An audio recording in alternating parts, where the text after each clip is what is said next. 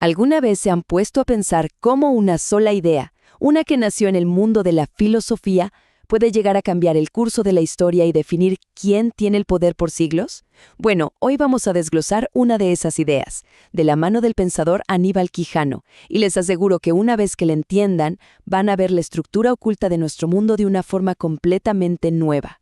Así que vamos a sumergirnos en el origen de todo esto. Para arrancar, tenemos que plantear la pregunta clave de este análisis. ¿Qué es exactamente el no cuerpo? Sí, ya sé, el término suena raro, hasta contradictorio, pero créanme, entender este concepto es la llave para descifrar una de las divisiones más profundas y con más consecuencias del pensamiento occidental. Aquí está el corazón del asunto. Este nuevo dualismo es básicamente una idea que dice que el ser humano no es una cosa unificada, sino que está partido en dos. Por un lado, tenemos el cuerpo, o sea, lo físico, lo que se asocia con la naturaleza, y por el otro, el no cuerpo, que viene a ser la razón, la mente, el alma, en fin, el sujeto que piensa. Esta separación, tan simple en apariencia, es el verdadero motor de la historia que estamos por contar. Pero ojo que esta idea no salió de la nada en el siglo XVII. Para nada. Sus raíces son mucho más profundas. Para entender de dónde viene su poder, tenemos que hacer un viaje en el tiempo, hasta los inicios del pensamiento cristiano. Resulta que en el cristianismo ya existía una separación muy clara. El alma era lo primordial, lo valioso, la parte que había que salvar, la conexión con lo divino. El cuerpo, en cambio, era visto casi como un estorbo, una especie de cárcel para el alma, una fuente de tentaciones que había que reprimir y controlar. La jerarquía era evidente, el alma siempre por encima del cuerpo. Y es aquí donde la historia da un giro fundamental. Vamos a ver cómo esta idea, que era religiosa, se transforma en un principio filosófico que va a cambiar por completo las reglas del juego. Y todo gracias a un solo pensador. El gran protagonista de este cambio es, ni más ni menos, que René Descartes. Lo que él hizo fue tomar esa vieja división entre alma y cuerpo y, por así decirlo, la remezcló. La sacó del ámbito religioso y la convirtió en una idea filosófica, secular, y con eso la hizo muchísimo más potente.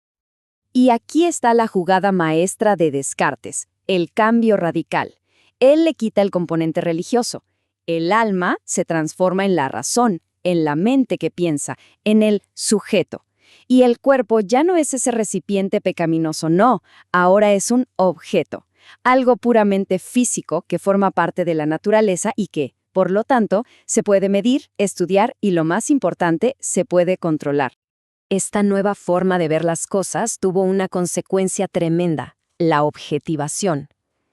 Al trazar una línea tan tajante entre la razón y el cuerpo, se abrió la puerta para que los cuerpos, y por lo tanto las personas, pudieran ser vistos no como seres humanos completos, sino como simples objetos, como parte del mundo natural, casi al mismo nivel que un árbol, un animal o una piedra. Bueno, y ahora pasamos a ver cómo esta idea, que parece tan abstracta, tan filosófica, se convirtió en una herramienta súper práctica y poderosa para construir el orden mundial que conocemos, especialmente durante la época colonial. Y este es el punto clave de todo.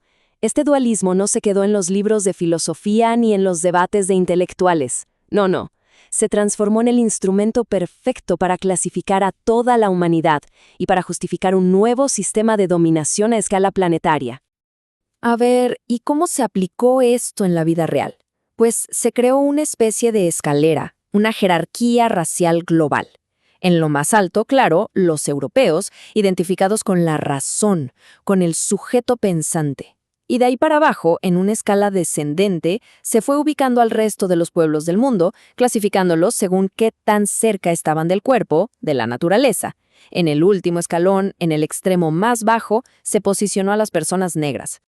Esta cita del texto de Quijano es demoledora. Resume a la perfección el resultado de esta idea. Este modo de pensar hizo posible que durante siglos se viera a los pueblos no europeos, no como iguales, sino como objetos de estudio y sobre todo como recursos listos para ser dominados y explotados. Así de claro y así de brutal.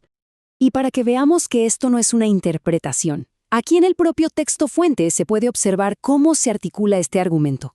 La conexión entre la división razón-cuerpo y la jerarquía racial no es una teoría. No, está planteada de forma explícita como la base, el fundamento de la dominación colonial. Pero esta lógica de dominación no se detuvo ahí, en la raza. También se usó para reforzar las jerarquías de género que ya existían. Se empezó a asociar a las mujeres, y muy en especial a las mujeres no blancas, con el cuerpo, con la naturaleza, y esto sirvió para legitimar su control y su subordinación.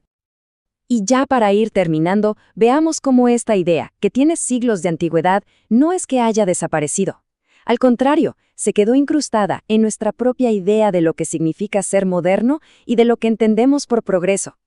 Este dualismo terminó creando una visión de la historia como una línea recta. El progreso, entonces, se definió como un viaje que va desde lo primitivo y mítico, que por supuesto se asociaba con la naturaleza y con las culturas no europeas, hasta lo civilizado y moderno, que, como era de esperar, era el modelo europeo basado en la ciencia y la razón. El resultado final de todo esto, un mundo partido en dos. Por un lado, los modernos, que eran los europeos, por el otro, los premodernos, o sea, el resto del planeta. Y esto, claro, dio la justificación perfecta para la famosa misión civilizadora, la idea de que Europa tenía el deber de llevar al resto del mundo, incluso a la fuerza, por el único camino posible hacia el progreso. Y todo este viaje por la historia nos trae de vuelta al presente con una pregunta que queda flotando en el aire. Después de ver todo este recorrido, ¿de qué maneras creen que esta vieja separación entre la razón y el cuerpo, entre el sujeto y el objeto, sigue todavía viva e influyendo en nuestras sociedades, en nuestras ideas y en nuestras relaciones hoy en día?